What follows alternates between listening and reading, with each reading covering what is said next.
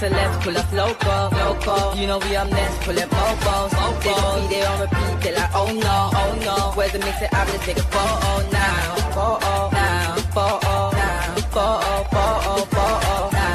For now, I'm loco.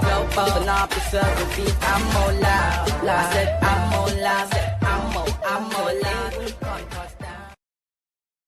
Yes, my peoples, man. Big up yourself, man. Big up the whole Metric community. Big up everyone inside. Come on, man. Hit the like button on your way in. I've got a Ben Jacobs video. The full videos on the United Stand. So all the credits to United Stand. That's where he done the video. So I'm going to break it down. We only got the Man United stuff in there anyway. So boom, we're going to get straight into it. He goes mad with it and just breaks down certain things. Baleba, midfielders, etc. Kobbie Mainoo, blah, blah, blah. So we're going to play the video as we do, and then we're going to get involved and get straight into it. So make sure you smash the likes, my peoples.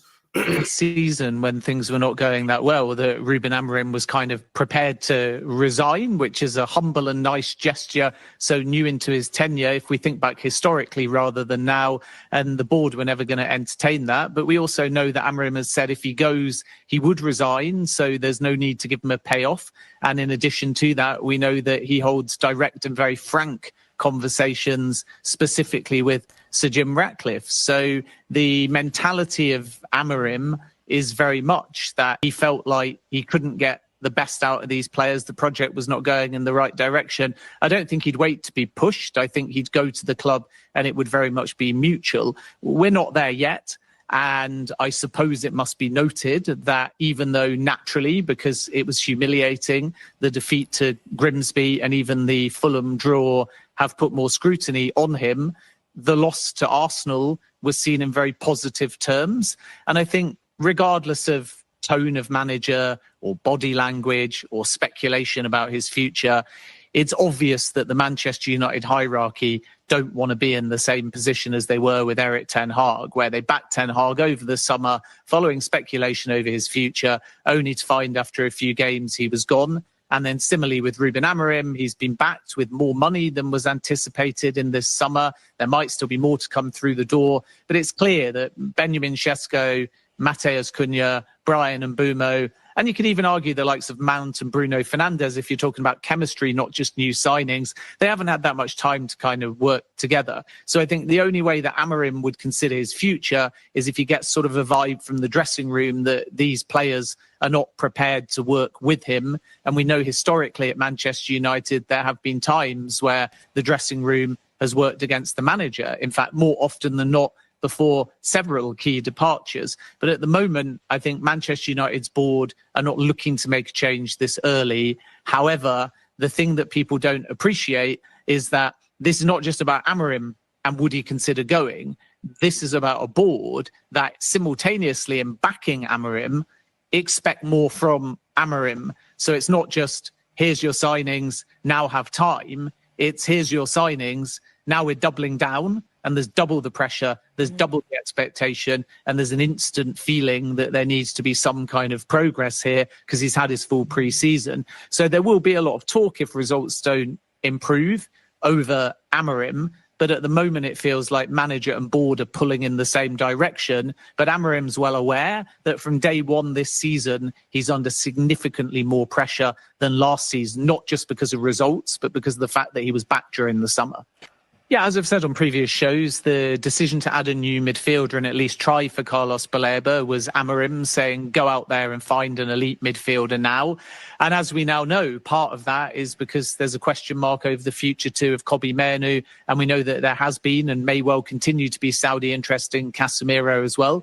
So I think Ruben Amorim has felt that he's at least one short in the centre of the park in his system, because you could argue that Kobbie Mainoo, big future, high ceiling, but it's very abundantly clear now, even if maybe it wasn't a few weeks or months ago, that despite the player's profile and talent, and I think the Manchester United fan base very much loving him and wanting him to succeed, Amorim in particular doesn't quite think he's perfect for this system. And as a result, you start thinking, well, if it's not Mainoo and if Casemiro is going to go at some point in the relatively short future, even if it's not within the next few days, then midfield revamp is really very important. But it was also Amorim that sat, I'm told, with Christopher Vivell and Jason Wilcox and said, I don't just want one, I want 2 number 10s, and I want them both to be capable of either leading the line as a number 9, because at that point they didn't have Benjamin Sesko, or going out specifically and particularly to the left-hand side. I know effectively these players are versatile enough that they can play on both sides, but I'm told it was left-hand side. And the reason for that is obviously because Alejandro Garnacho is still expected to depart. So I think it's one of those where I've thought for quite some time, and so have sources that I've spoken to in and around Manchester United, that Ralph Rangnick's "this club needs open heart surgery" is the most apt and concise way of putting it. And that open heart surgery hasn't started up until at least Jim Ratcliffe has come into the club. So this summer can be seen as an element of open heart surgery, if you like, or just busyness in the transfer markets. The metaphor only is worth repeating so many times. But can you do it all at once, feasibly and financially? And maybe the answer is no.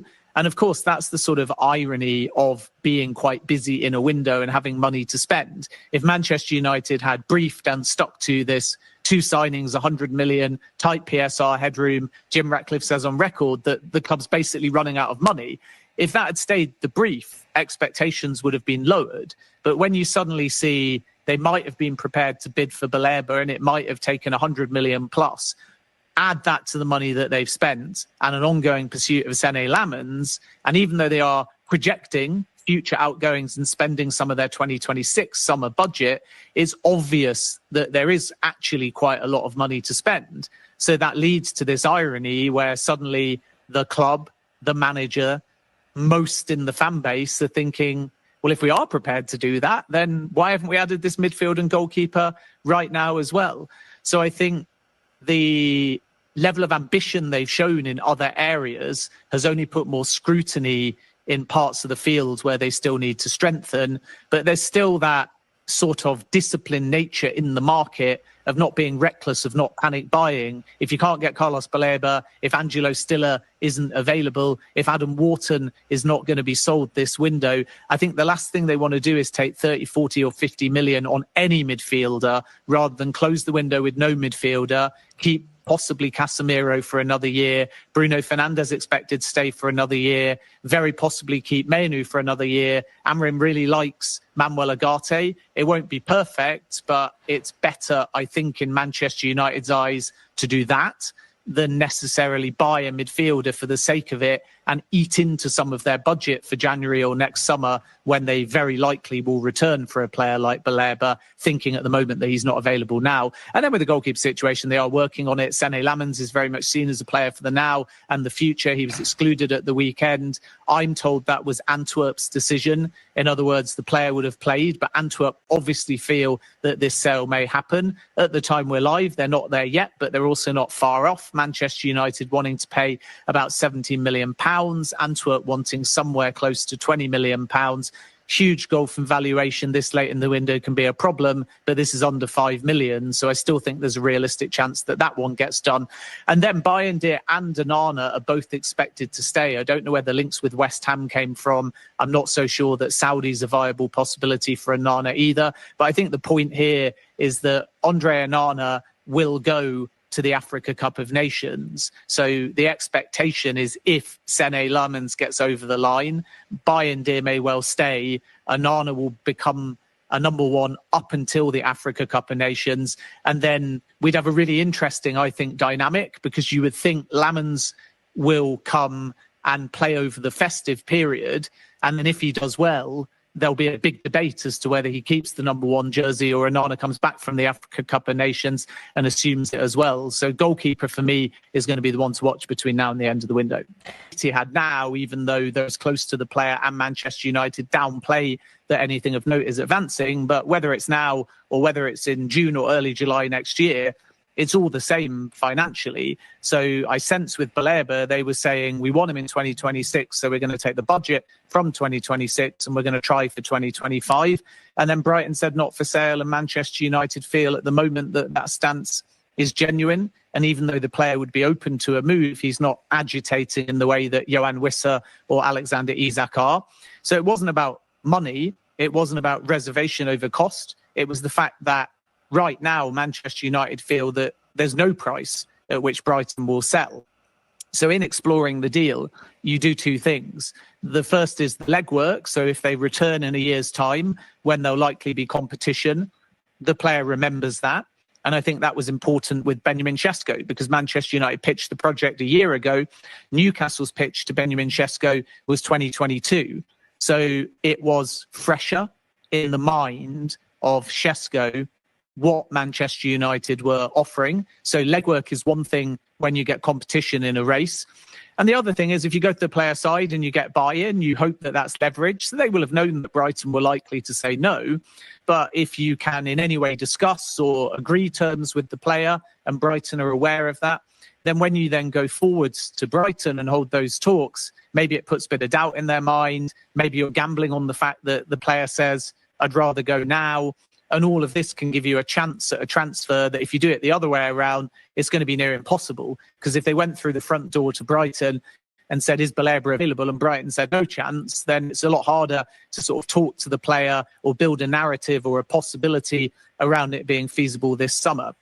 So this wasn't Manchester United bidding for show, because I'm not aware they placed a formal offer despite some suggestions. This was about Manchester United talking numbers with the player and going to Brighton and seeing whether anything might be possible, and being told that their projection on the player's growth by staying at Brighton would raise his value so significantly that by next summer, without naming a specific price, they compare Baleba in value to roughly what they sold Moises Caicedo for Chelsea. So to get a deal done, you either stand no chance because there is no price, or you've got to inflate the price well beyond 100 million, probably to a British transfer record, because Brighton want the 2026 valuation that their data suggests he'll be at in 12 months' time, not the 2025 price that maybe Manchester United had in mind. So I actually think if Brighton had given the green light, regardless of the price, within reason, of course, Manchester United would have made a bid, and actually that would have been a big bid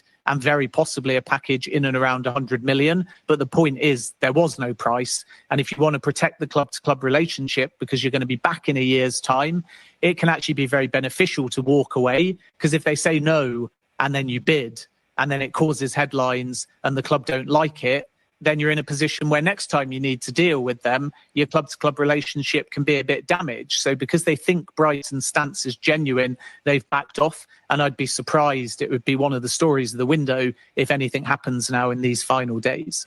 Palace won't want to lose two players. Eberechi Eze's already gone. The expectation is that Mark Gahey has a question mark over his future, and he's the one that Palace would prefer to sell, because otherwise they're going to lose him on a free transfer. With Wharton, I think there's kind of a verbal agreement between player and club from people I speak to that he will be allowed to leave in 2026, which is why he's not agitating to leave in 2025. Angelo Stiller's release clause is not active until next summer. I think if Manchester United had an outgoing in midfield, with Kobbie Mainoo being the most interesting saga and by no means guaranteed, but if they brought in 45, 50 million for Kobbie Mainoo, then I think some of these targets come back into play, because you've got budget, you've got urgency, and you might even be prepared to overpay. And that might change a club's perspective, because Palace are calm on Wharton and very little movement on Stiller other than an internal discussion. And I've mentioned before Andre Santos as well, and Chelsea not really wanting to let him go, at least unless they make another midfield addition in terms of a deeper lying midfielder, not somebody like Xavi Simons, who we know they're pursuing. So it's all kind of quiet at the moment, but there's 3 or 4 names there on the list. And I think nothing will move unless it's late in the window, and I mean really quite late, and if there's maybe an outgoing first. And I don't think that's only financial. I think that's about Ruben Amorim realising that in a year's time, they're going to be back for a big name midfielder. So if they're to add another midfielder, he needs to think about squad chemistry. So I don't mean squad chemistry now, because if you look at the players, you would instantly say one more is fine, even if Casemiro and Mainoo stay, and he likes Manuel Ugarte. I mean, in a year's time, you don't want to be stuck with, even though fans would be really excited by it, going back in for Baleba, having added another midfielder, maybe only one of Mainoo or Casemiro leaves, and then perhaps Ruben Amorim would think he has one too many. So I don't think it's only a financial consideration. I think they're working out whether or not there's urgency now to add a midfielder, or if they're just going to wait and then go all in 12 months' time. Yeah, I think the Kobbie Mainoo situation is one that we broke on TalkSport via chief football correspondent Alex Crook, who obviously I work with across the window. And our understanding is that Kobbie Mainoo's open to leaving Manchester United. Of course, it would be a reluctant exit. And it comes from a variety of factors. The first is that he has had limited opportunities and perhaps isn't seen as a fit within this Ruben Amorim system. The second is, as you say, it's a World Cup year. And the third is you have to explore these moves, because then if the window shuts, it's your only real chance of maybe having some leverage to speak to the club. 2 years left on the deal. And I think if Mainoo is to extend, it will be done first by assessing what his other options are. So 6 months ago, I'd have said Kobbie Mainoo wasn't really going to listen to any advances, and his only priority was to extend at Manchester United. But now I think he wants to know what else is out there before deciding if he's going to sign a new deal at Manchester United, if he's still there at the end of the window. And some of that is for the reasons that I've mentioned.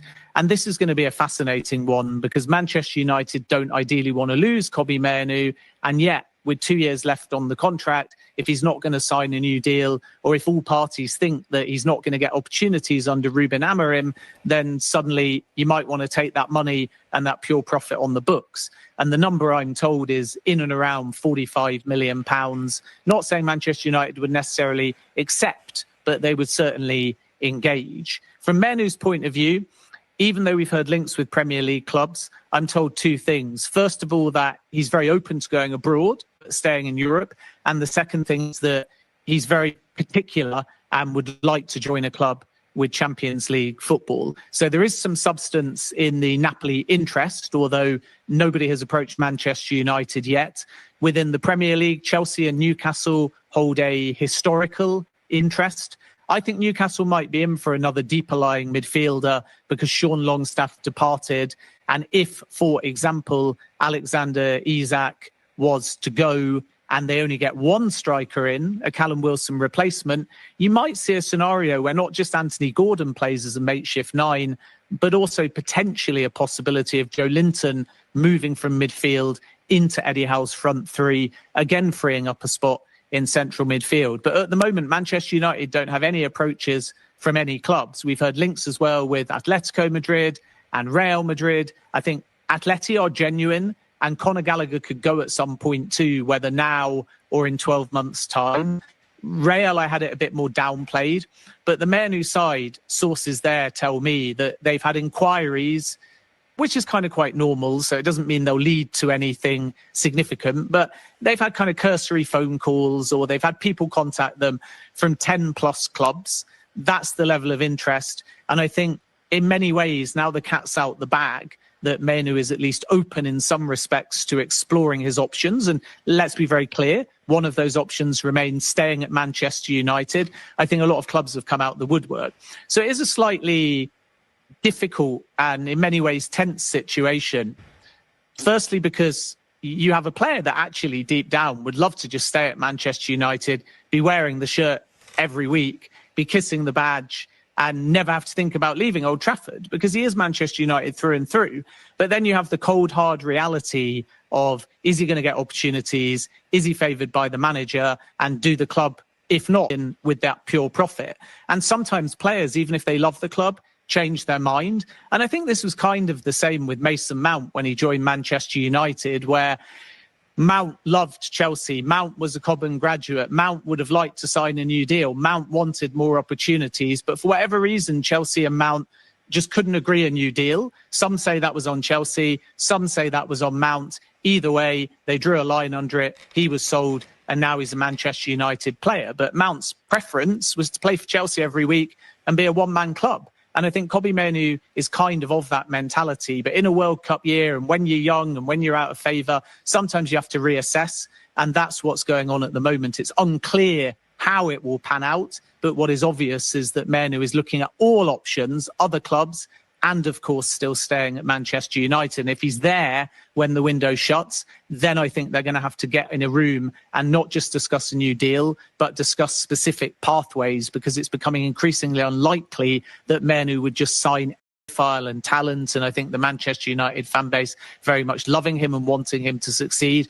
Amorim in particular doesn't quite think he's perfect for this system. And as a result, you start thinking, well, if it's not Mainoo and if Casemiro's going to go at some point in the relatively short future, even if it's not within the next few days, then midfield revamp is really very important. But it was also Amorim that sat, I'm told, with Christopher Vivell and Jason Wilcox and said, I don't just want one, I want 2 number 10s, and I want them both to be capable of either leading the line as a number 9, because at that point they didn't have Benjamin Sesko, or going out specifically and particularly to the left-hand side. I know effectively these players are versatile enough that they can play on both sides, but I'm told it was left-hand side. And the reason for that is obviously because Alejandro Garnacho is still expected to depart. So I think it's one of those where I've thought for quite some time, and so have sources that I've spoken to in and around Manchester United, that Ralph Rangnick's "this club needs open heart surgery" is the most apt and concise way of putting it. And that open heart surgery hasn't started up until at least Jim Ratcliffe has come into the club. So this summer can be seen as an element of open heart surgery, if you like, or just busyness in the transfer markets. The metaphor only is worth repeating so many times. But can you do it all at once, feasibly and financially? And maybe the answer is no. And of course, that's the sort of irony of being quite busy in a window and having money to spend. If Manchester United had briefed and stuck to this 2 signings, 100 million, tight PSR headroom, Jim Ratcliffe says on record that the club's basically running out of money. If that had stayed the brief, expectations would have been lowered. But when you suddenly see they might have been prepared to bid for Baleba and it might have taken 100 million plus, add that to the money that they've spent and an ongoing pursuit of Sene Lammens, and even though they are projecting future outgoings and spending some of their 2026 summer budget, it's obvious that there is actually quite a lot of money to spend. So that leads to this irony where suddenly the club, the manager, most in the fan base are thinking, well, if we are prepared to do that, then why haven't we added this midfield and goalkeeper right now as well?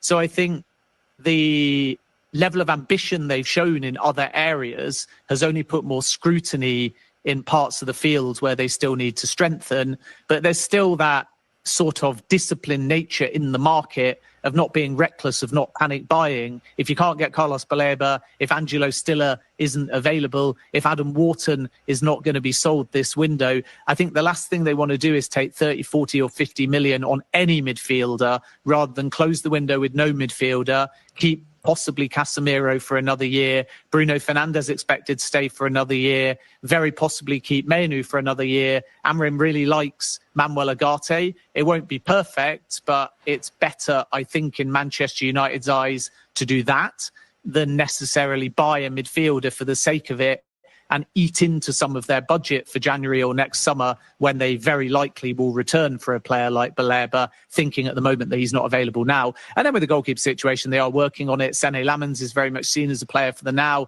and the future. He was excluded at the weekend. I'm told that was Antwerp's decision. In other words, the player would have played, but Antwerp obviously feel that this sale may happen. At the time we're live, they're not there yet, but they're also not far off. Manchester United wanting to pay about £17 million. Antwerp wanting somewhere close to £20 million. Huge gulf in valuation this late in the window can be a problem, but this is under 5 million. So I still think there's a realistic chance that that one gets done. And then Bayindir and Onana are both expected to stay. I don't know where the links with West Ham came from. I'm not so sure that Saudi's a viable possibility for Onana either. But I think the point here is that Andre Onana will go to the Africa Cup of Nations. So the expectation is if Sene Lammens gets over the line, Bayindir may well stay. Onana will become a number 1 up until the Africa Cup of Nations. And then we'd have a really interesting, I think, dynamic, because you would think Lammens will come and play over the festive period. And then if he does well, there'll be a big debate as to whether he keeps the number 1 jersey or Onana comes back from the Africa Cup of Nations and assumes it as well. So goalkeeper for me is going to be the one to watch between now and the end of the window. He had now, even though those close to the player and Manchester United downplay that anything of note is advancing, but whether it's now or whether it's in June or early July next year, it's all the same financially. So I sense with Baleba, they were saying, we want him in 2026, so we're going to take the budget from 2026 and we're going to try for 2025. And then Brighton said not for sale, and Manchester United feel at the moment that that stance is genuine. And even though the player would be open to a move, he's not agitating in the way that Yohan Wissa or Alexander Isak are. So it wasn't about money. It wasn't about reservation over cost. It was the fact that right now, Manchester United feel that there's no price at which Brighton will sell. So in exploring the deal, you do 2 things. The first is the legwork. So if they return in a year's time, when there'll likely be competition, the player remembers that. And I think that was important with Benjamin Sesko, because Manchester United pitched the project a year ago. Newcastle's pitch to Benjamin Sesko was 2022. So it was fresher in the mind of Sesko what Manchester United were offering. So legwork is one thing when you get competition in a race. And the other thing is, if you go to the player side and you get buy-in, you hope that that's leverage. So they will have known that Brighton were likely to say no. But if you can in any way discuss or agree terms with the player, and Brighton are aware of that, then when you then go forwards to Brighton and hold those talks, maybe it puts a bit of doubt in their mind. Maybe you're gambling on the fact that the player says, I'd rather go now. And all of this can give you a chance at a transfer that if you do it the other way around, it's going to be near impossible. Because if they went through the front door to Brighton and said, is Baleba available? And Brighton said no chance, then it's a lot harder to sort of talk to the player or build a narrative or a possibility around it being feasible this summer. So this wasn't Manchester United bidding for show, because I'm not aware they placed a formal offer despite some suggestions. This was about Manchester United talking numbers with the player and going to Brighton and seeing whether anything might be possible, and being told that their projection on the player's growth by staying at Brighton would raise his value so significantly that by next summer, without naming a specific price, they compare Baleba in value to roughly what they sold Moises Caicedo for Chelsea. So to get a deal done, you either stand no chance because there is no price, or you've got to inflate the price well beyond 100 million, probably to a British transfer record, because Brighton want the 2026 valuation that their data suggests he'll be at in 12 months' time, not the 2025 price that maybe Manchester United had in mind. So I actually think if Brighton had given the green light, regardless of the price, within reason, of course, Manchester United would have made a bid, and actually that would have been a big bid and very possibly a package in and around 100 million. But the point is, there was no price. And if you want to protect the club-to-club relationship because you're going to be back in a year's time, it can actually be very beneficial to walk away, because if they say no and then you bid and then it causes headlines and the club don't like it, then you're in a position where next time you need to deal with them, your club-to-club relationship can be a bit damaged. So because they think Brighton's stance is genuine, they've backed off. And I'd be surprised, it would be one of the stories of the window if anything happens now in these final days.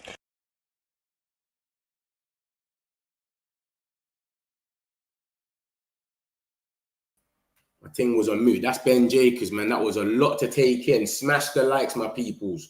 We can't have this much people in here and they're not smashing the likes. Start the day off right. Positive energy only. Like and subscribe, my peoples.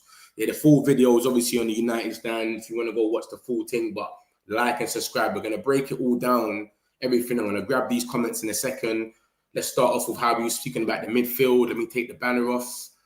And Ben Jacobs basically talking about Baleba, and he's saying, listen, if Brighton had the green light, given the green light, regardless of the price, within reason, of course, Man United would have made a bid. So we was ready to make the bid. We've got the money. Do you understand? And now we've gone and sold Garnacho.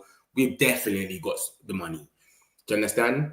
And then it says basically actually would have been a big bid, possibly a package around 100 million, but they are not giving us the green light that we need for us to bid. They're saying he's not for sale. We believe that he's not for sale. No problem. Cool. So that's what he's saying about Baleba, basically. And then he says, if there was a price set by Brighton, if you want to protect the club-to-club relationship, basically, we don't want to bid that they're saying that he's not for sale, and then it messes up our relationship together. Now, every time we go to Brighton, they're saying, no, we don't want to deal with you lot, or they don't like us, etc. Because they're telling us they don't want to sell him this season, and want to sell him next season. So we have to respect it. So that's what he's saying about that. Then he went and spoke about Wharton, and he said Wharton is a player that we really like. But again, he'll be surprised if Palace sell, because they're sold Eze. They might sell Guy, who is in his last year. And then obviously he's got 6 months left or something. He's got a year left. Newcastle won him in his last year, so he might go. They can't sell all 3 of their best players in one window. So that's the situation with the midfielders. And yeah, man, it's good to see he's still talking about Baleba, because he spoke about Baleba. Nobody asked him. He just come out with Baleba on his own thing. Like, nobody said anything. So yeah, it's good to see he's still chatting about Baleba, and it's still there. I think it's going to happen next season. I think the Baleba thing is a next season thing. I don't think it's happening. Cool. And then he got into Kobbie Mainoo, and he said if Mainoo gets a concrete option, and they bid about 45 million. I don't know why it's in dollars in there. And Mainoo says to Man United, in the next 48 hours, so I want to go before September the 1st. Then my expectation is that Man United won't stand in his way. Mainoo side have had inquiries for the midfielder from over 10 clubs. And then Fabrizio's come out this morning. Look at the time and date on the bottom. 7:41 this morning, and said United told Mainoo no loan or permanent transfer. They need to find a solution. Probably the smart solution here is to play him, but I'm not the Man United manager. So, mate, we've told him you're not going nowhere. So Mainoo ain't going nowhere. I know there's a lot of people that want Mainoo to go. I don't think he's going anywhere. He's probably going to have to, Amron's going to have to play him, bro. I don't know why he ain't playing him as much, but he's going to have to get into it and start playing him a bit more to make him feel at home and know, all right, you know what, it's a World Cup year, I've got a chance here, etc. Because right this second, he doesn't feel like he's even wanted it. So, of course, he's going to want to leave on loan to get more minutes. And from the time you got over 10 clubs inquiring for you, come on, you're going to feel like, yeah, you know what, let me get out of here. I can go somewhere better and actually start every single game. 10 clubs, you know. So we had reports about Brighton, Newcastle, loads of clubs. So we'll see what happens with Mainoo, man. But I don't know why Fabrizio's saying that, but I'm not the Man United manager. We know you're not the Man United manager, big man. What are you telling us that for? We don't need you to tell us. We already know that. And then obviously I've got the stuff about the Ruben. If Ruben's looking like he might leave at the international break, this is the talk. He might leave. I've got the reports, and I've got the reports about the replacement as well. Don't think I've forgotten about that. I've got that as well. Hey, Met, we saying Met's up, Moni. Big up yourself, bigger. I'm in a fraud. I'm coming suspicious. Man is clueless. I don't know, man. That game against Grimsby is kind of semi, man. It's like it's the system, because we couldn't really break them down. But then again, the players should have beat them without any system. So it goes both ways. I see someone with believe in their fun. No, you was right.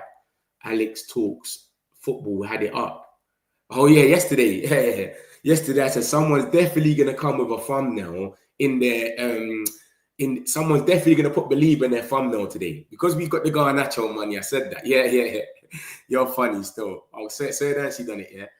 We need believer. We are just jokes now. Ben Jacobs been very good to see. Ben Jacobs been a goal. He was a fraud. Ben Jacobs was a full out fraud. And then this season, he's just stepped it up and just gone bananas. Whatever sources he's got now is 30. So you got to big up Ben Jacobs and give him some ratings for that. But the thing as well, when you look at it as well, yeah, is Ben Jacobs, he's coming out here and he's talking about certain things, and he always kind of breaks newses. Like, why is he talking about Baleba? No one ain't said nothing about Baleba. That died a long time ago. But he's still coming out here and saying little things. And yo, Baleba, you never know, but they could go out and bid, but it'll have to be something crazy. So this is what I'm saying. The fact that he's even chatting about it shows that maybe there's something in the background that we don't know. But we'll see. We'll see. Let me share my screen as well so you can see more about the Kobbie stuff in a sec. I'm going to share my screen and I'll get a few more of these comments. There's loads of comments, mate. So we got Kobbie wants to fight for his place. They're telling Kobbie, you're not going nowhere, big man. You got to sit down and fight for your place. We can't let Mainoo leave. He has been spot on. Yeah, Ben Jacobs, big him up. The boss changed things to get 2-2. Goalkeeper errors cost us, not the manager. If we sell properly and replace. If Amorim leaves, I reckon we get Glasner. Yeah, I've got the 2 #1 targets to replace Amorim if he leaves. I've got that, guys. If you're new here, make sure you hit the like button and subscribe. I don't do no clickbait, mate. If you see it in the title, it's here. You understand? So you'll see in a second, don't worry. But he plays free at the back too, Glasner. Yeah, Glasner plays free at the back. All right, so probably 65 million I'll sell and get Baleba. Sell who? Mainoo. And this whole fan base crying over free at the back. Yeah, a lot of people are crying over free at the back. They're saying Man United is not a free at the back team. So Glasner doesn't really make sense, does it? All the fans will remember Sir Alex Ferguson going to the bottom of the league after 3-0 third game of the season, but Glasner won the FA Cup. Glasner, no thanks. Stop comparing Sir Alex Ferguson's currently. Sir Alex Ferguson would not last. We would never have had the glory days under Sir Alex if it was these times. Because, bro, the way social media is crazy. It took Sir Alex about 7 years to win his first trophy. Crazy. This is what we got onto Arteta for now. We all say Arteta's a fraud. He don't win trophies, but that was Sir Alex in his time. It took him like 6-7 years. So this is what I'm saying. He wouldn't, like right now, we wouldn't have had patience. Everyone would have been like, he's a fraud, get him out of here, blah, blah, blah. This is what happens. Lamens is pants.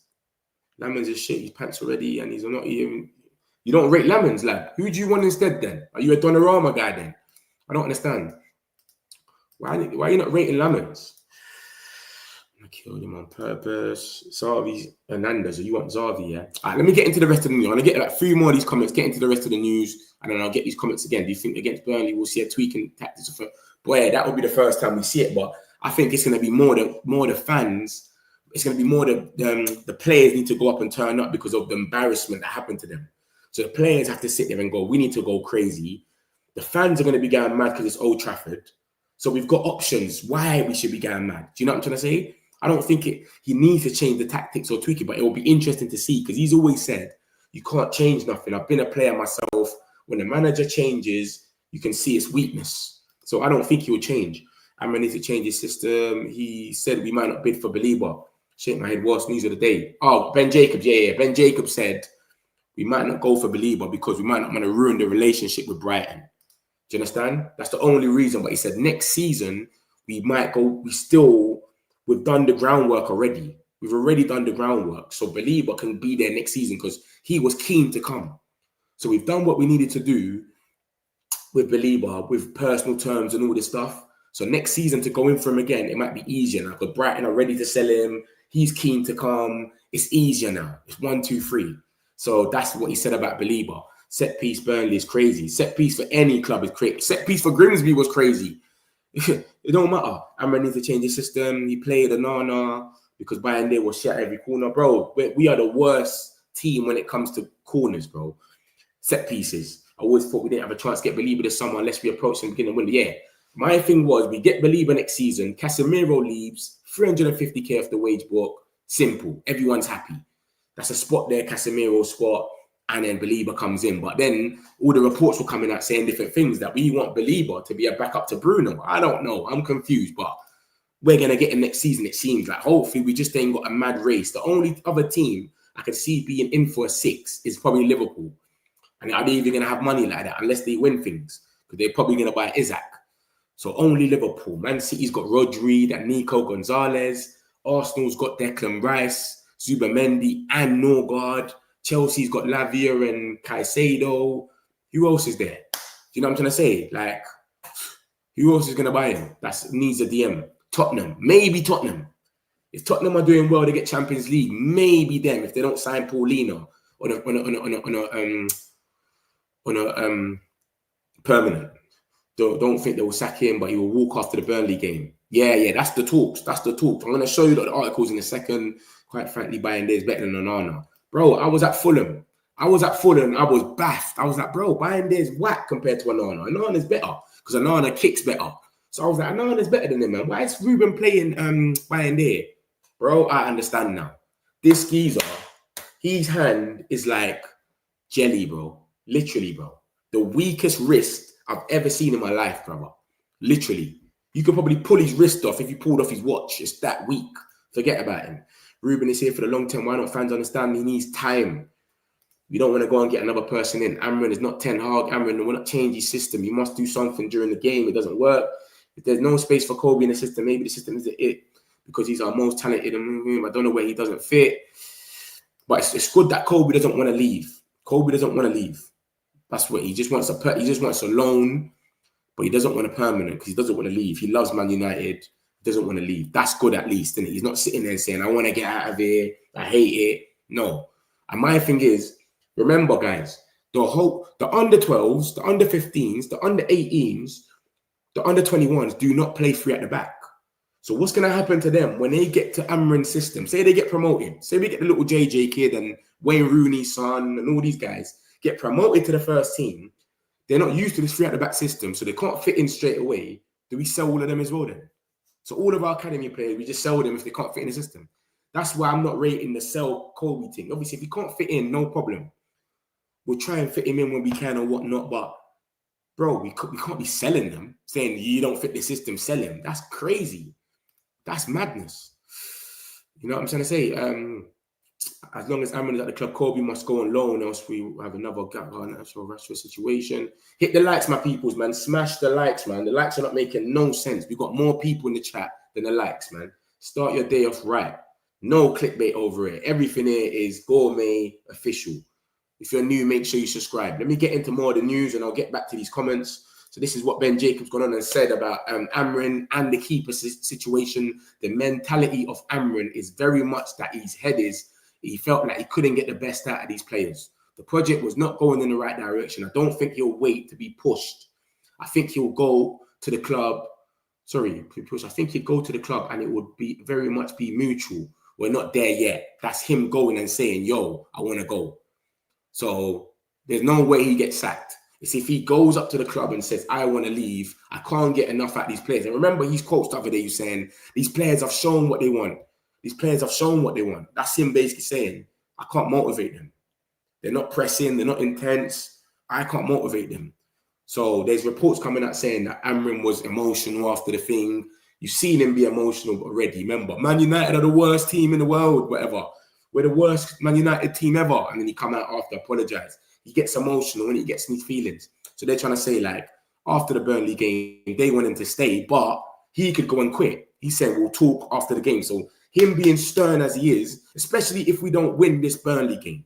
If we don't win this Burnley game, oh my days, like, he's definitely gone. Do you know what I'm trying to say? Now it's a bit 50-50. Like, oh, is he going to go and do it or not? He's saying they're going to have talks at the international break.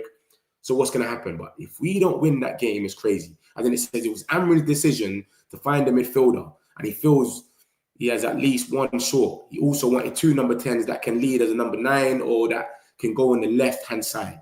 The summer can be seen as an element of the open heart surgery Ragnick described. It's obvious there's a lot of money to spend. So why haven't Man United spent on a goalkeeper and midfielder as well yet? We've got the money. We was ready to bid for Baleba. He said it, but they just said he's not for sale. If they said he was for sale, we would probably have Baleba right now. We've got the money. And now we've sold Garnacho for 40 million. We've got 3 times that money, which is 120. We can spend 120. He goes on to talk about Lamens. And he says, United are not there yet, but not far off from completing the signing of Lamens. There's a realistic chance that it gets done. We want to pay 17 million. They're asking for 20 million. We keep getting talks every day about a hijack. Galatasaray is getting involved. Blah, blah, blah. I don't know. And then it says, Bayern and Onana are both expected to stay. I don't know where the link from West Ham came from. I don't think Saudi is a viable option for Onana either. So Onana don't want to go Saudi. So World Cup, yeah, a lot of them don't want to go Saudi. It is what it is, isn't it? He's not going nowhere for now. But yeah, Lamens is looking like it's going to happen. That's the thing. That's the best thing that's come out of this article anyway. You know what I'm saying? You know, so we'll see. Ben Jacobs with the goal. Love when you play the vids match. You ain't done it in a while. Yeah, I don't really play the vids normal, man. I just get into it and talk to you about it. But sometimes I like to just show you what's going on coming out of his mouth. Do you know what I'm saying? The same way I bring you the documents, I like to show you the videos. I don't like to come here and put the screen to my face and then just talk. You know what I'm saying? Because I can talk for half an hour and then you ask me, where's that source from? And it's from some geezer in Japan or something. Do you know what I'm saying? Now I can go to work, relax, that we ain't selling Mainoo. We can never play Onana again. Savio, when you're back from work, Kobbie is gone on loan. No Believer this season. Hopefully Man City or Liverpool don't go in for him. Yeah, that's what I'm saying. That's the only 2 people that I think can go in for him. I don't think Man City will go in for him. I think they've got enough players, man. I don't think they need him. Savio Kobbie wants to go to the World Cup. He must take minutes. All right, hit the likes, my peoples, man. Like and subscribe, my peoples. If you're new, make sure you subscribe. We do this every day. All the Man United news. Come on, man. Smash the likes, my peoples, man. Man United fan since Eric Ten Hag came to United. I had fan. Kobbie is better than Frankie de Jong. Ben Jacobs used to be Saudi. Fabrizio, then PIF gave him solid sources. Yeah, he got plugged in. Whoever his sources are is different. Has Amorim ever played any formation other than 4-3-4-3? I think he played something else. I can't remember. I think he's played 4-5-1 or something before. Or something like that. Lucky's still asleep. Yeah, Lucky would have been in there going mad. Amorim needs to change his tactics. You can't be doing one thing over another and expect different results. I'm telling you, a great fan. I hope KB stays. But he thinks that World Cup wouldn't you. Exactly. I don't blame them. That's what I'm saying. The World Cup's going both ways. It's going both ways. It's like, it's helping us with the bomb squad because they have to leave. Anthony's, the Garnachos, they have to leave because of the World Cup. Sancho. But then like the Brunos, Casemiro, people want to go, they're not going. Do you get it? Like Saudi. Like, so Casemiro saying, I'm not going Saudi yet. But if Casemiro went 350k off the wage book, we could have went out there and bought another midfielder, etc. Some people don't want Bruno. Bruno could have went. But because it's World Cup, yeah, everyone's saying, bro, I need to play. So Kobbie wants to go. Bruno wants to stay. Casemiro wants to stay because they're going to play. Get Xavi as our new coach. Amorim should go. Xavi's available now. Amorim must go. It's getting mad. My house is on fire. No insurance, no promises. My house is on whatever. Burnley will sack Amorim. Even Amorim needs time. Amorim is the manager. Worst manager in Man United's history. United supporters are brainwashed. You think Amorim will get time? Amorim system will kill our academy players. You know what's crazy? We just got a bomber just now that what's he called? Fenerbahce are sacking Jose Mourinho, and Finn got sacked yesterday. Ole Gunnar Solskjaer. You think they're going to be linked to us now? We're going to have Ole Gunnar Solskjaer linked to us and Jose Mourinho. Both of our old coaches are definitely going to be linked to us, innit? How much days do you not reckon until they're linked to us? 2-3 days after Burnley? It's crazy. Ole Gunnar Solskjaer, now him. Other clubs managers broke Amorim's system within 10 minutes during the game. I want Burnley to beat us. I want Amorim out. I can never, ever want Man United to lose, bro. Never. That is crazy. I don't care how much I hate a manager, bro. I will never want Man United to lose. Ever. You've gone mad for that. Palace for Mainoo. That is the thing, Bright. United will not sack Ruben anytime soon. If you want him gone, you have to wait 20 years. Big up yourself, Charlie. Bro, Baleba ain't coming. The coach said yesterday that Baleba's 100% not going this summer, so we need to get either Wharton or someone else. Yeah, but it's weird that even that Ben Jacobs even spoke about it. That's what I'm finding a bit strange. Why did he even talk about it? He just come out here talking about it. Charlie's, what the fuck are all the in his stars aligning? It's to hope we don't go for them. Marino head coach and Ole assistant, both in both roles. Hope Amorim is not sacked. Why is the Chelsea fan talking like he will beat you lot though? We would actually beat you with Amorim. Big teams, we're not scared of Amorim. It's the small teams, Wiz. So Chelsea fans will get moved to. Don't worry about that. But let me get into the rest of the news, guys. So I've showed you about Baleba, Kobbie Mainoo, Amorim and the keepers. These are a few of the exits, and I'm going to get into the replacement managers in a minute. If Amorim leaves, we've got some links about some replacement managers. No clickbait. You don't know me. Make sure you hit the like button and subscribe. So we got all the exits here. Viva Garnacho. Here we go. He's gone to Chelsea. Yeah, it's finally happened. Fabrizio Romano told us about 50 million times that this deal was going to happen.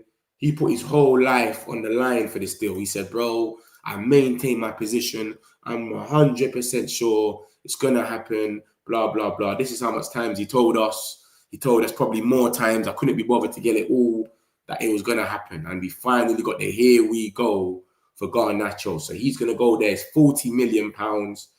You know, with that £40 million, we can go out there straight away now and spend up to £120 million.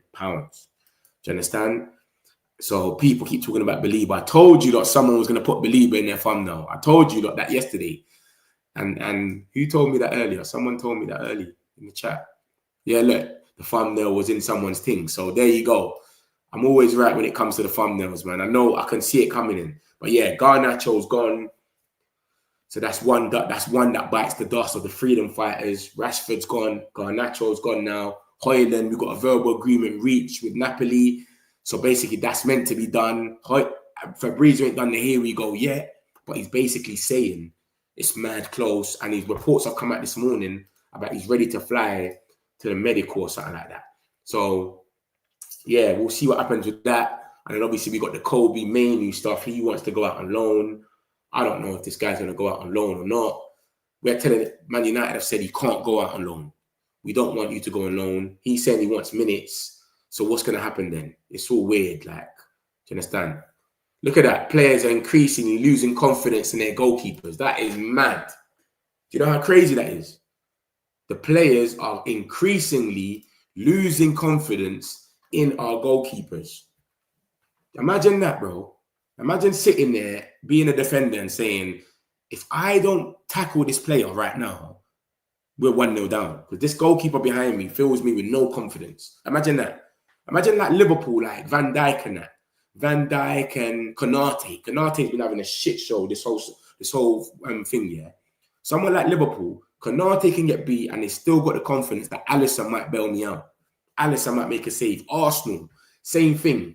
They got you know what, Raya might bail me out. Look at us. No confidence in our keepers. Set pieces, one-on-one, nothing. No confidence in them. It's crazy, bro. It's crazy. Copium. Look at the Copium now. Garnacho will cook at Chelsea. Before you were sitting there saying, I don't want him. Keep him far away from my club. We're not going to buy him for less than 25 million. Now look, man, I said he'll cook. Yeah, he's going to cook up the lineup online and he's going to cook up the criticism on your manager when he doesn't play. Watch when he don't play, bro, and you'll see what happens. That's when you're going to get the best of Garnacho, when he's not playing and he's getting 15 minutes off the bench. It's crazy, bro. You'll see. But don't worry, man. That deal's definitely happened for you. Look, we got some news about that now. Look. Yeah, he's getting a medical. Alejandro Garnacho undergo his Chelsea medical today ahead of signing of a 7-year deal, 40 million fee, while Man United retain a 10% sell-on clause. So when you don't end up selling them to Arsenal next year or so, we will be there to get our little 10%. Thank you. Do you understand? So yeah, man, that's what's going on. But bro, we've run out of faith, man, when it's come to our goalkeepers, man. These goalkeepers are trash. We need to get Lamens through the door as soon as possible, mate. We're not even looking at him. Look at Fabrizio. He said Kobbie Mainoo has had calls from 15 different clubs asking for a loan deal. 15 different clubs want Kobbie. Come on, bro. This guy's a baller, man. We can't be letting him go, man. But at the same time, we have to play him. We're saying you can't go on loan. We have to play him, bro. Just play the geezer, bro. You know what I'm saying? Just play the guy, man. A special one is available. We have two coaches, one for defense and one for offense. Like we have rugby, we sack and get in Xavi. I don't really rate Xavi like that. We are selling out players. How many players is only 3?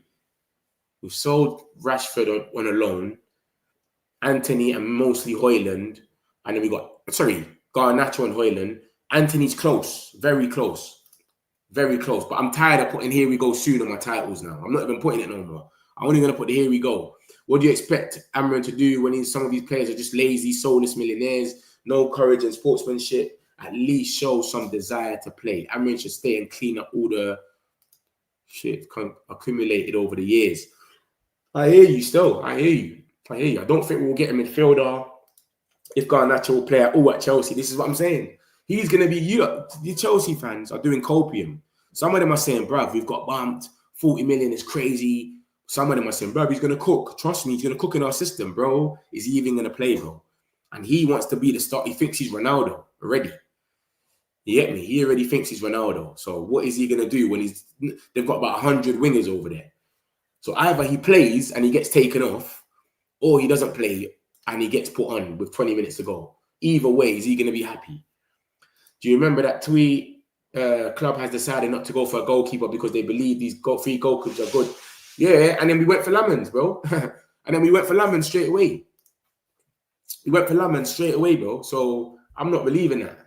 We went for Lamens straight away. And the last thing Fabrizio said about Lamens was that we're in for him and we've made contact with him. Where's United Joshua? So yeah, we're in for Lamins, man. I'll show you lot right now the last that got said. Look, this is the Oli stuff. Look, Ole Gunnar Solskjaer. How can they both get sacked on the same day? How mad is that? Ole Gunnar Solskjaer and Jose Mourinho both sacked on the same day.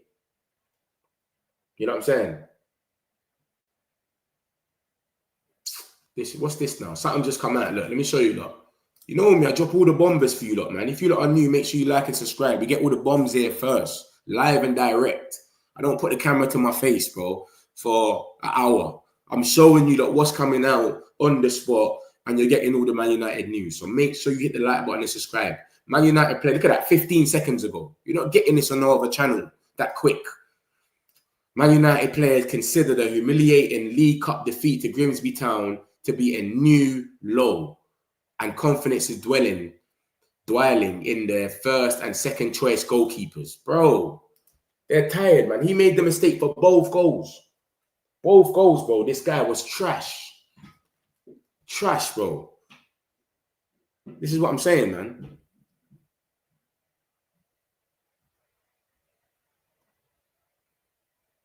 Trash.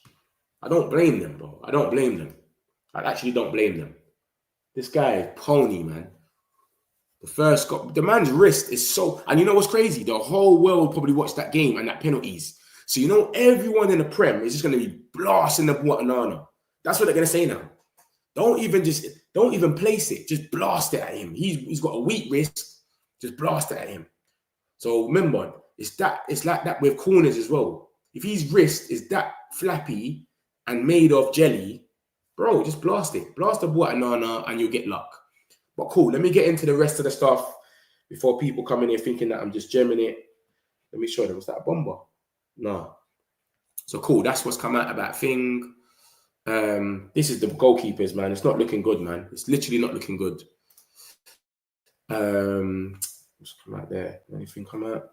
No. All right, cool. Let me get into the rest of the stuff then. If any news comes out, I've got the thing on anyway, and I'll show you lot. So boom, we've got this about Ruben.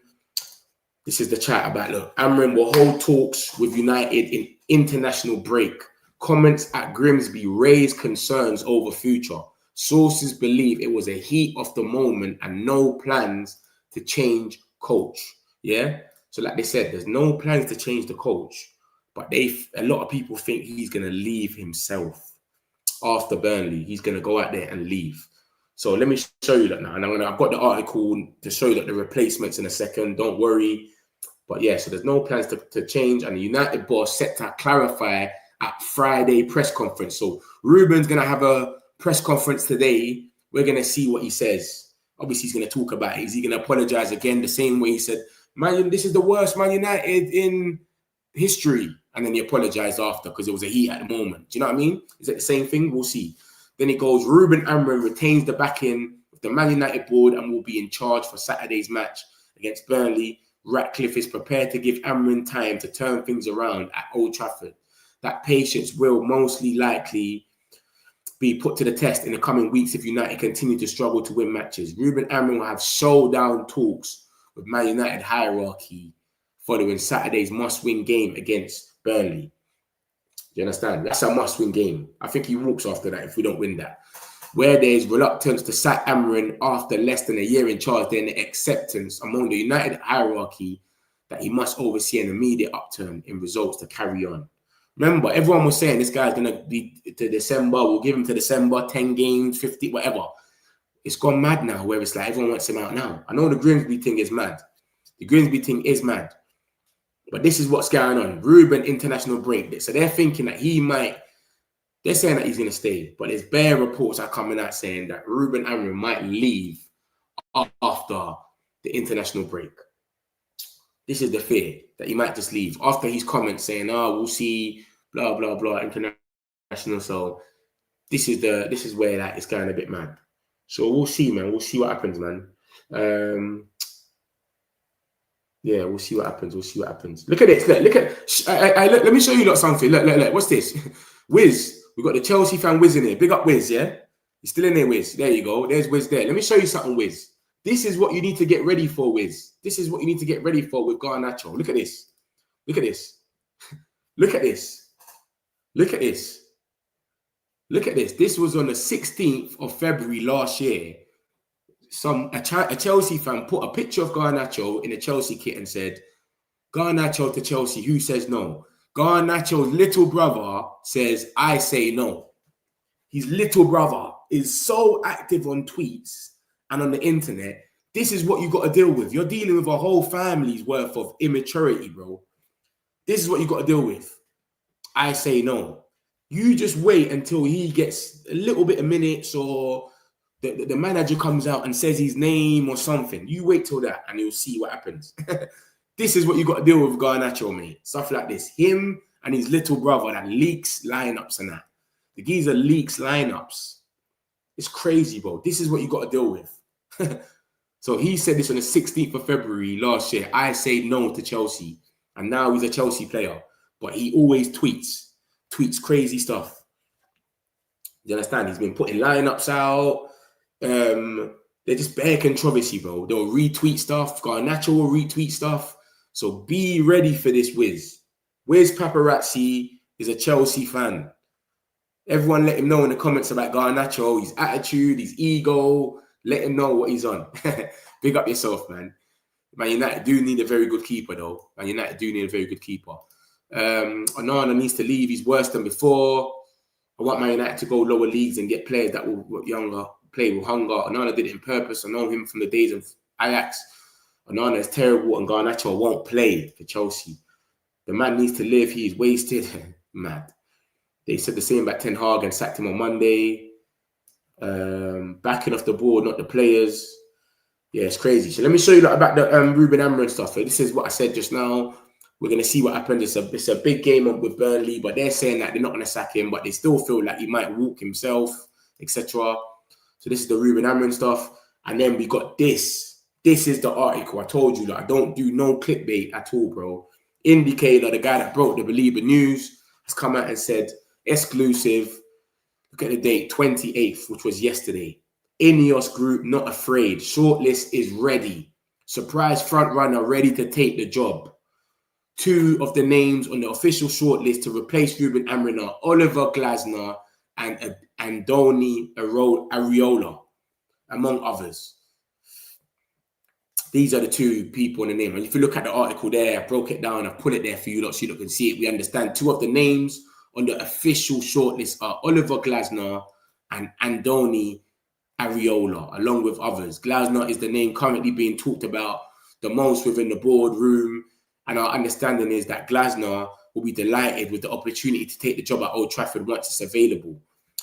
There has been a long-standing interest in Gareth Southgate as well, but Ineos also have concerns about the backlash from the club's fans over hiring the former English boss. Ruben Amorim sacking now looks inevitable after Manchester United struggles. So this is the articles about Ruben replacement. I don't do clickbait. I told you lot. I don't know if it's true. Indicator broke the Baleba news. That's where he got his name from. So, and then obviously he's put the story there, which is an article, and I've showed you the article. So when you click that story, as you can see, the article is here at the end. This is what is being said. This is the replacement. If he leaves, this is not imminent. Oh, he's getting sacked and then he's leaving. No.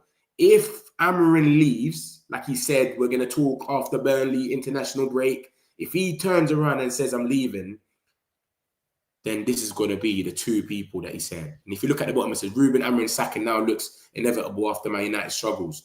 So I don't know about that bit. But yeah, it says shortlist in place if they end up making a decision to sack Amorim. That's the top of it.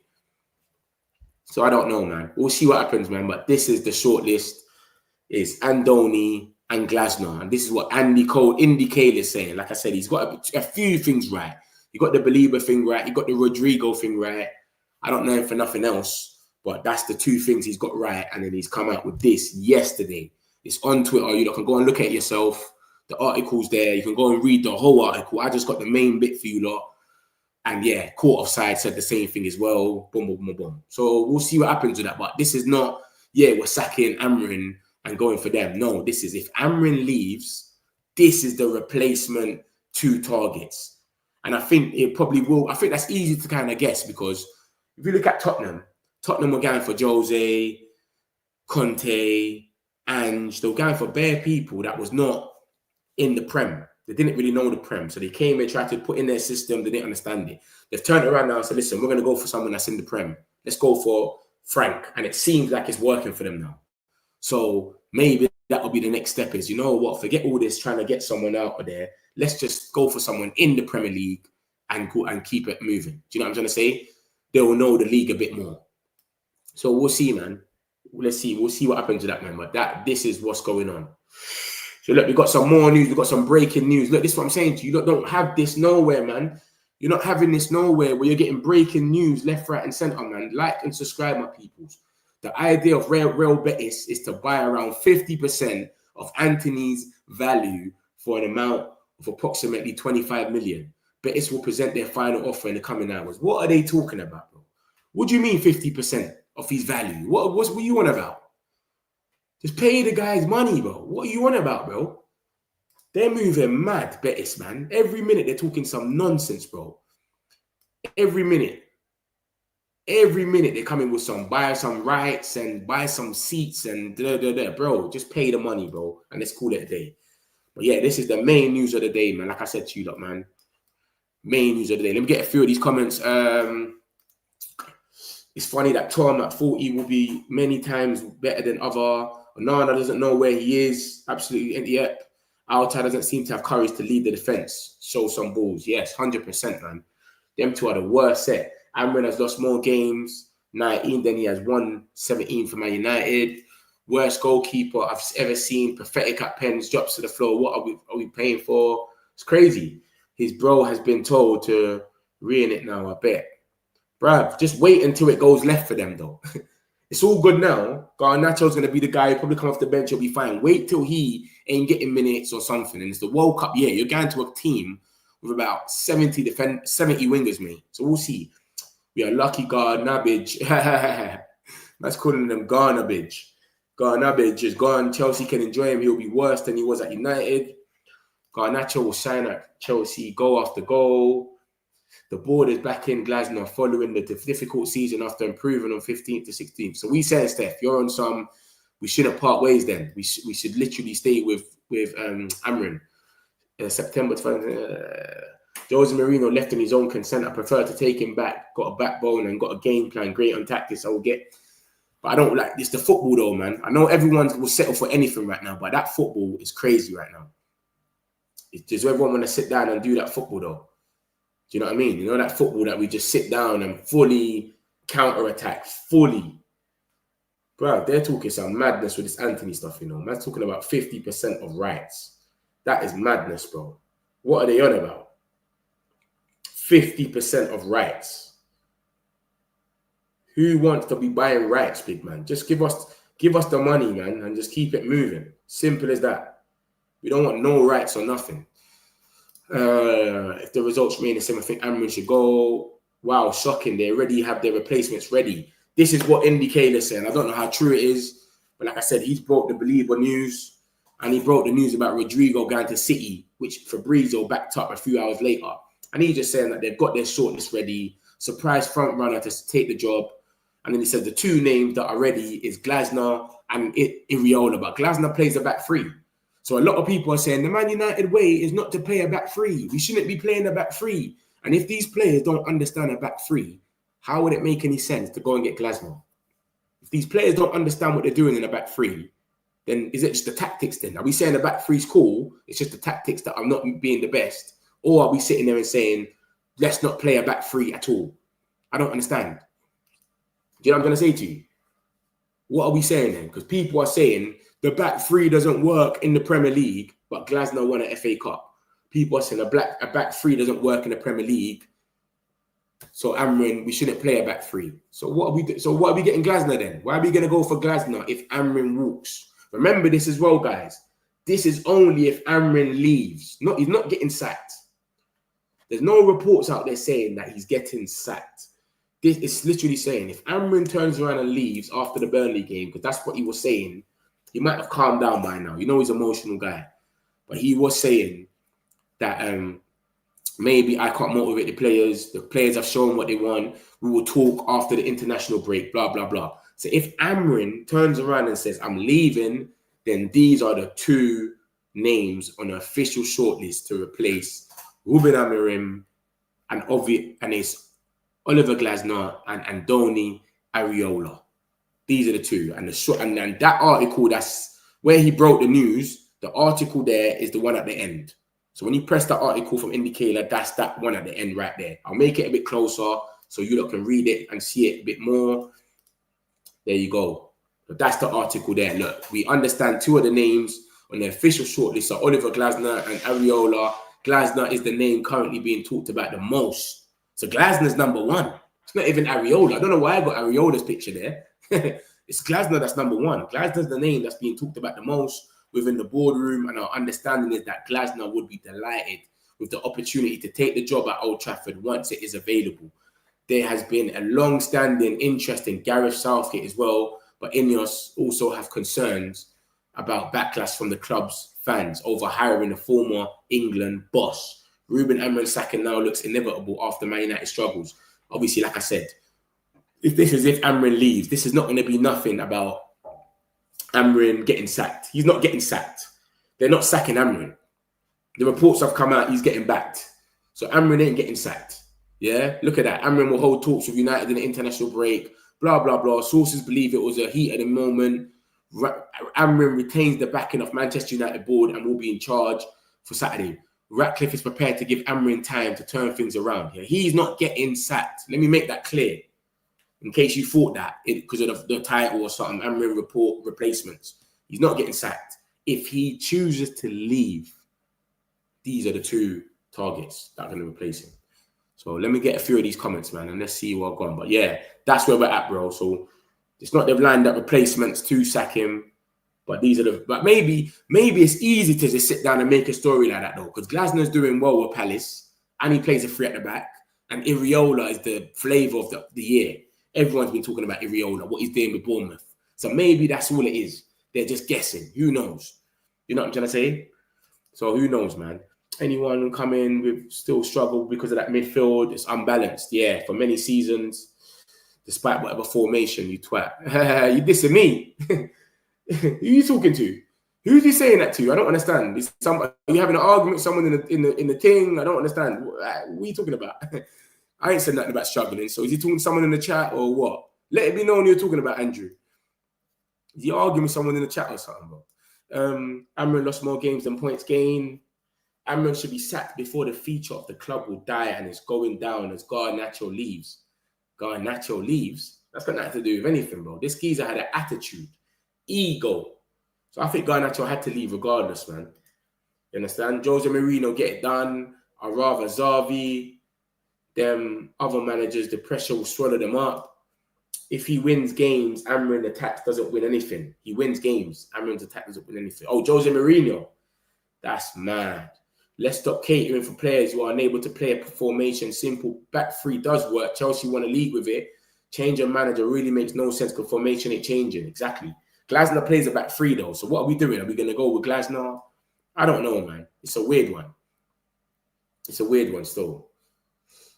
It's a weird one. But yeah, it makes no sense. I don't know. I don't know what's going to happen. It's a weird one. But like I said, if he chooses to leave, because Amorim looks like a stubborn guy. He doesn't change his formation, nothing. He's so stubborn. So if he chooses to leave, it looks like that's who we're going for. We're going for Glasner or we're going for Areola. We're going to do it a Premier League thing. Same, that's what Tottenham done and they hit the jackpot. It makes the sense, man. Instead of sitting there and going for someone abroad again and they've got to come in and try, unless it's someone like Zidane or something, I think it don't really make sense going for someone abroad. You know what I'm trying to say to you? So we'll see, man. We'll see. We need to trust the academy. Yeah, look at this, guys. Look at this. Look at this, bro. Let me show you something. I told you that I always bring you breaking news and all that as well. But look at this. Look at what he said. So I don't know. People are putting it out there that he hates Kobbie and all that. I don't know if he hates Kobbie. I don't know if it's just he's giving it time or something. But look at what he says here.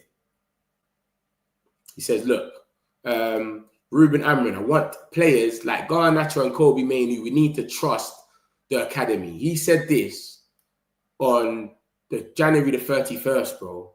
We need to trust the academy. And we've sold Garnacho, and now Kobbie isn't getting enough games where he feels where he might bust out. So I don't know, man. I don't know. I don't know, man. It's crazy. It's crazy. We'll see. We'll see what happens. We play the 4-3-3 on the 10 hard ways yet now. Exactly. A lot of people are saying we don't play 3 at the back. 3 at the back is not what Man United need. We was playing a 4 and Ten Hag got sacked. We're playing a 4, Ragnick got sacked. We're playing a 4, who else before that? Like Ole Gunnar Solskjaer, bro. It doesn't matter, bro. The formation doesn't really matter. Doesn't really matter. Mourinho 1-year contract, see how it goes. I'm not on that, man. We're going to be camping our own box. That's mad. Get this one dead formation. Amorim the poet. Ashworth warned Ineos about Amorim. 1 dead formation. Got sacked now. Ineos will look foolish sacking Amorim. Dumbass, clueless club. Amorim out. Jose in. Mourinho don't look bad with the comment squad. I am who I am. Amorim is who he is. Yeah. I don't know what you're on about, man. You're just gemming it, man. Mourinho don't look bad with the comment squad. Zidane managed one football club, doesn't have enough experience to manage United. He had it easy at Madrid. Nah, man, he done the treble over there, I swear. Did not do the 3P. He done a 3P over there and all that. I know it's Madrid, but come on, man. He's gone mad. He went over there and just went bananas. You know what I'm trying to say? Let me put myself back on the screen, man. But yeah, man. So I would take Zidane still. And this is what people are saying about the other geezer. Who's the geezer that does PSG? What's the PSG manager's name again? People are saying, I wouldn't take him. Rare. Look at my man. He's doing wonders over there. He's doing wonders. But yeah, man. I don't want Kobbie to go on loan, man. I don't want Kobbie to leave, man. But it is what it is, man. Whatever's going to happen is going to happen. We're all here. We've seen the little Anthony thing. So let me show you, let me round up the news and show you what's happened. This is obviously the main thing that's on the screen now, and that's a replacement if Amorim leaves. But right this second, let me make it clear with you lot. Obviously, Amorim has got the full backing, and he's going to have talks at the international break. And his comments after Grisby, we're going to have to see, blah, blah, blah, basically like he was going to leave. They feel like it was a heat of the moment thing, and they're going to have talks about it soon. So that's that. Garnacho, we've got the here we go for him. Kobbie Mainoo saying he wants to leave to get some minutes, but he doesn't want to leave permanently. He said, I don't want to go permanently. I just want to go on loan to get some game time.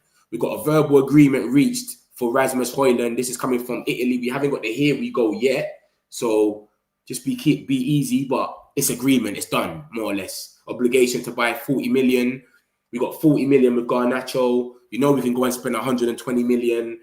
We got some keeper news from Ben Jacobs. Bayande and Onana not scanned anywhere because we can't sell them. Nobody wants Bayande and Onana. We can't get rid of them. Lamond, there's a realistic chance it happens. We're close to signing them. We want to pay 17 million. They're saying they want 20 million. There's some talks about a hijack. I don't know how true it is. Ben Jacobs ain't said nothing about it. Fabrizio ain't said nothing about it. Midfielders. Amorim's always said that he wanted the 210s. He wants a midfielder. Blah, blah, blah. At the moment, there's nothing about Amorim wanting to leave and them sacking him. There's nothing mutual about that. Mainoo, if we was to get a concrete 45 million bid and he said he wants to leave, they might not stand in his way. Who knows? Man United, Mainoo has had inquiries for 10.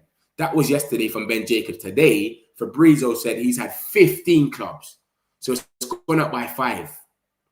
It's gone up by 5. He's got 15 clubs that's inquired for Mainoo. So this guy is hot property right now. A lot of people want him, mate.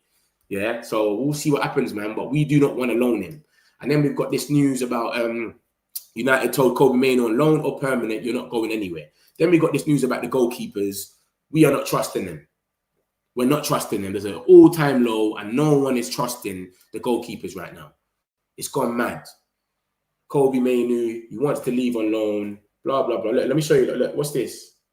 See, what did I tell you about Malacia yesterday? See what I'm saying? Everyone always catches up late, man. I got some breaking news. Look at this. Told you, look, you don't only get this on the thing, man. Matteo Moretta broke the news yesterday about Malacia, Elche. And now, look, Elche are understood to be among those interested in Malacia despite the left back entering the final year of his contract. United are prepared to allow him to go on loan. Interest has grown in Malacia in the past week with clubs in Europe and Saudi keen. I told you lot about Matteo Moretto, solidified. Because some of you lot only come in here and say, Oh, I'm waiting on Fabrizio Romano. Fabrizio, bro. I told you, look, some other journalists are reliable. It's not just Fabrizio. Fabrizio sometimes gets there late. Look at this. Elsh are understood to be in for Tyrone Malacia, yeah? That's right now. Let me show you the time. Sky Sports, 9:14, they've said that, right? It's 9:15 right now. Cool. Look at this now, guys. Yesterday, at 8:55, Elsh is working on a loan deal for Tyrell Malacia. Other clubs like Lille are also pursuing him. Matteo Moretto. I've put him in here. I've told you he's reliable. People are saying, I don't know. I'll wait for Fabrizio. Forget Fabrizio. Some other people get it first. Then Fabrizio will just come at the end, put the icing on the cake and say, here we go. And that kills it. That just makes it solidified. But it's other journalists that get it first. Matteo Moretto is solidified. He's correct. When he says something, you listen, mate. So this is what I'm saying to you lot. And then we've got some more news, breaking news. You lot only get breaking news on stream and you see it for yourself with the Metric community. Everyone else is putting the screen to their face. They're just talking to you like this, blah, blah, blah. I don't do that, mate. I break the news and show it to you straight away. Let me show you lot some more breaking news. Look at that. You've got Malacia and now we've got Anthony. Real Betis are growing, increasingly confident they can strike a deal with Manchester United for Anthony. Talks are advancing over a move that will see Anthony move on an initial loan with an obligation to buy next season. Some reports are suggesting the total fee will be worth over 30 million. So that's 40 million for Højlund, 40 million for Garnacho, 30 million for Anthony. It's 110 million. But with Garnacho alone, we can spend 120. So imagine 120 and then we got the extra, 70 million for these lot. Come on, 200 mil made back. That came out at 9:15. Breaking news. This is what I'm telling you, look, guys. Only here in the Metric community, you're getting this breaking news like this 3 times a day. Like and subscribe. Come on, my peoples. So let's see, man. Hopefully Anthony goes, man, or Anthony keeps it moving. Because we had talks about agreement already done with Anthony, but we still haven't got a full here we go or whatever. But I keep telling you, lot, there's other journalists that sometimes break the news first. And I do this every day now. So at first, I was just like you lot. It's got to be Fabrizio or it's got to be Ornstein or I don't believe it. No, bro. Since I've been doing this for about 2-3 months, I've realized other journalists will come. Sky Sports CF, Damesh, he's kind of reliable. This is the latest we got on Anthony before. Real Betis have reached an agreement in principle to sign Anthony. That's from McGrath. I got to take it with a pinch of salt now. Because look, you're saying that agreement got reached. We're 2 days on and no one ain't said nothing about agreement. So this is what I'm trying to say. You learn certain traits about different journalists. McGrath, I don't know about you anymore. Sam C said that Anthony, they bidded in the last hour, blah, blah, blah. Fabrizio came out and said, Real Betis maintain their confidence to get Anthony deal done. Face-to-face talks took place on Monday and Tuesday. It's Friday now. We still ain't heard anything about an agreement. So McGrath, I'm taking him with a pinch of salt. And then Darmesh has obviously just come out and said this. So that's the latest on Anthony and they're growing confidence. So we'll see what happens, man. Total fee 30 million. That is nice. Over 30 million as well. That's nice. That's nice to get that, to get him over the line and get him out of it. Because, bro, I'm tired of him, man. I'm tired of all these guys just sitting around, blah, blah, blah. So let's get them out of the club. Metric community. All right, big up yourself, man. Like and subscribe, my peoples, man. Hit the like button. We got more people in the chat than we got likes. It's not making no sense. Smash the likes, my peoples. 4-3-3 attack, 4-5-1 defense. Simple. You should be a manager then, man. Adrian, man. Doesn't matter. It always matters what the manager implements. Crazy thing is, Zidane probably won't do it purely because the players would actually try to due to his name, nothing to do with the manager. Suggestion for new coaches, Oliver Glasner. I've got the new coaches here, apparently. Look, told you, look, man, I don't do no clickbait. These are the coaches that if he was to walk, if he walks, these are the coaches we'll go for. If he walks, he's not getting sacked. No one is sacking Amorim. He's not getting sacked, but his replacement, if he walks after the Burnley game, will be Glasner or Iriola. Let me get a few more of these and I'll get the thing. It's formation most teams play with. 3 central midfielders, absolute clueless with fan base into the thing. Eric Ten Hag can play system. If the players understand him, they'll be great. Wing backs are defenders, so essentially there are 5 defenders in a 3-4-2-1 formation. If Mainoo goes on loan and Amorim stays long term, Mainoo United career is over. Agents are destroying players. Mainoo isn't a great player in my opinion. 45 million, take it for Baleba and Wharton. Mainoo hasn't become a bad player overnight. There's a mad argument going on over here. Mainoo's overrated because he's an English player. Raw, it's crazy.